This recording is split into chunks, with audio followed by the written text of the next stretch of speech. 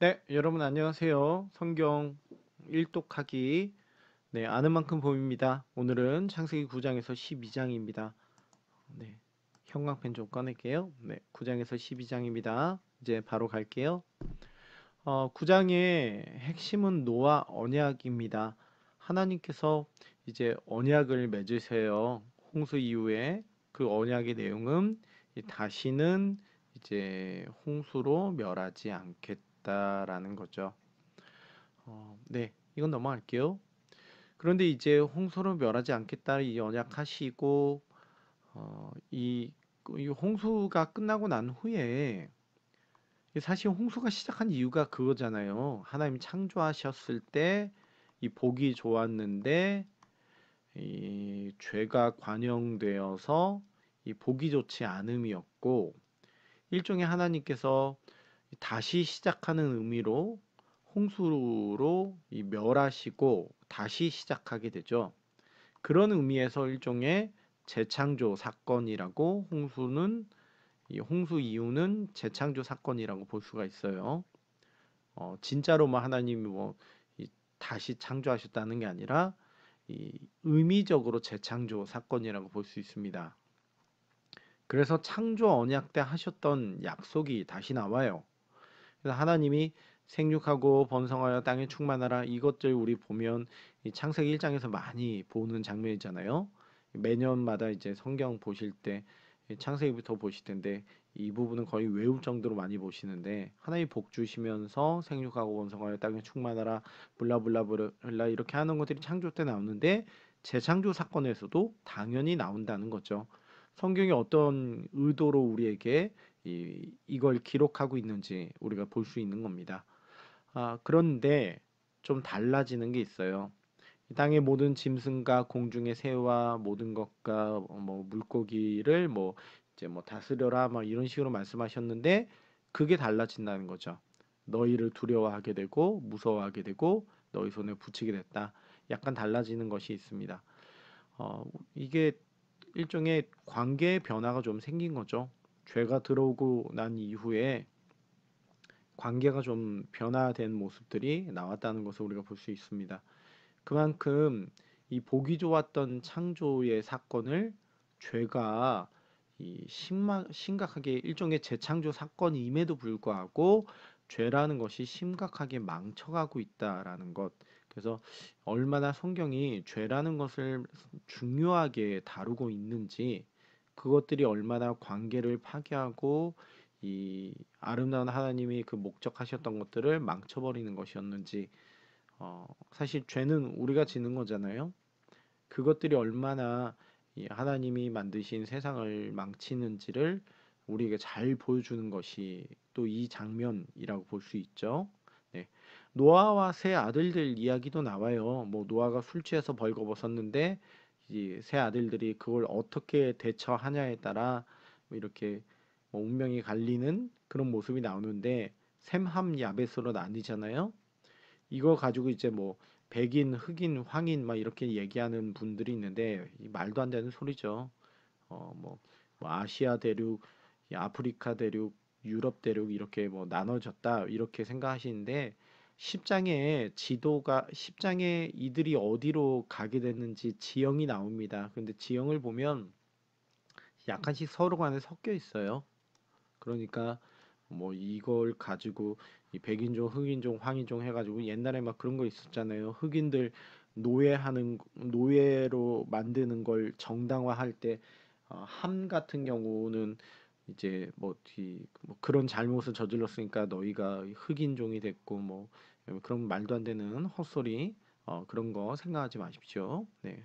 자, 10장, 11장인데요. 10장, 11장은 이제 족보 바벨탑 이야기가 나옵니다. 셈함 야벳의 족보 이야기가 9장에 나오고요. 10장에 나오고요. 죄송합니다. 셈의 족보 이야기가 11장에 나옵니다. 그래서 이 이야기는 자연스럽게 아브라함 이야기로 연결되게 되죠. 그래서 하나님께서 어, 그 아브라함을 부르신 것들을 일종의 그 이야기의 흐름을 보여주시는 거고요. 그 가운데 바벨탑 사건이 있습니다.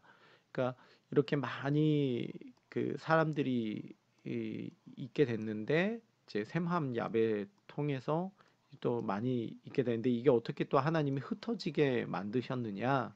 그게 바로 또 바벨탑 이야기인 거죠. 바벨탑은 또 다른 반역 의지로 우리가 볼 수 있는데요.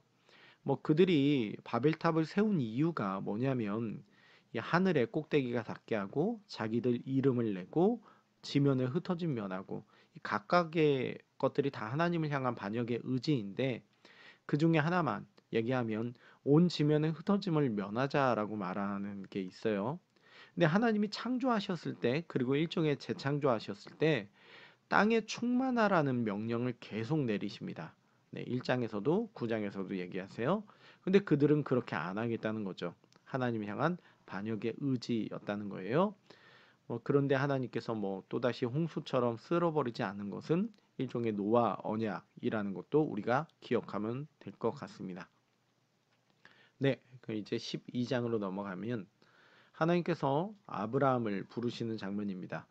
이 아브라함을 부르시는 부분에 있어서 제일 기억하실 포인트가 복의 근원입니다.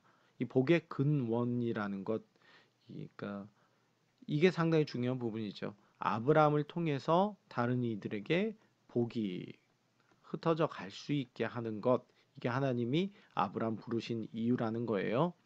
여러분이 이스라엘을 부르셨을 때도 마찬가지입니다. 이스라엘 국가를 하나님의 언약을 맺으실 때도 제사장 나라를 제사장 나라로 세우세요.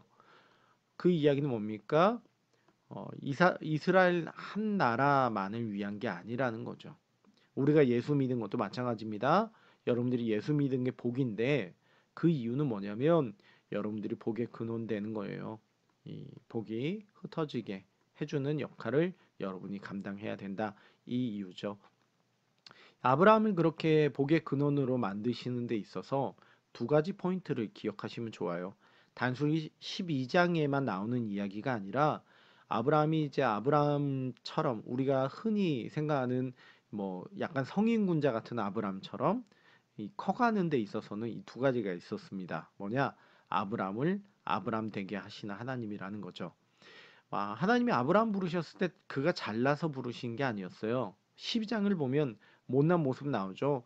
이 바로에게 자기 아내 이렇게 넘겨버리는 모습이 있어요. 자기 살려고. 그런 못난 일을 이 아브라함 되게 하시는 게 하나님이었다는 거예요. 그리고 그 아브라함이 이 성장해 갈 수 있게 계속 은혜를 주시는 하나님이라는 것을 보아요. 우리가 아브라함 이야기를 보시면 계속 그가 얻는 장면들이 나옵니다. 예, 그가 뭘 해도 웬만하면 다 얻더라고요. 예, 하나님이 그렇게 계속해서 은혜를 주시는 거죠. 그가 잘나서 은혜 주신 게 아니라 못났음에도 불구하고 아브라함이 되게 하시는 게 하나님이라는 거죠. 우리도 마찬가지입니다. 우리가 뭐 예수 믿을 때 뭐 잘해가지고 예수 믿은 게 아니고 뭐 성화된 존재라서 믿은 것이 아니라 우리가 그렇게 성화되어져 갈 수 있도록 하나님께서 은혜를 주시는 거고 마치 아브람 되게 하시는 거죠. 그 모든 과정에서 은혜를 주시는 하나님입니다. 그래서 여러분 잘났다 생각하지 마시고 하나님 은혜 가운데서 내가 성장해 가는 것을 기억하시고 그리고 내가 복의 근원이란 되어서 이게 나 혼자만을 위한 것이 아니라는 것을 기억하며 부르심의 뜻에 합당한 삶을 사는 거 그게 우리 목적이 아닐까 싶습니다. 네, 이런 것에 중점을 두시면서 읽으시면 될 것 같습니다. 네, 안녕히 계세요.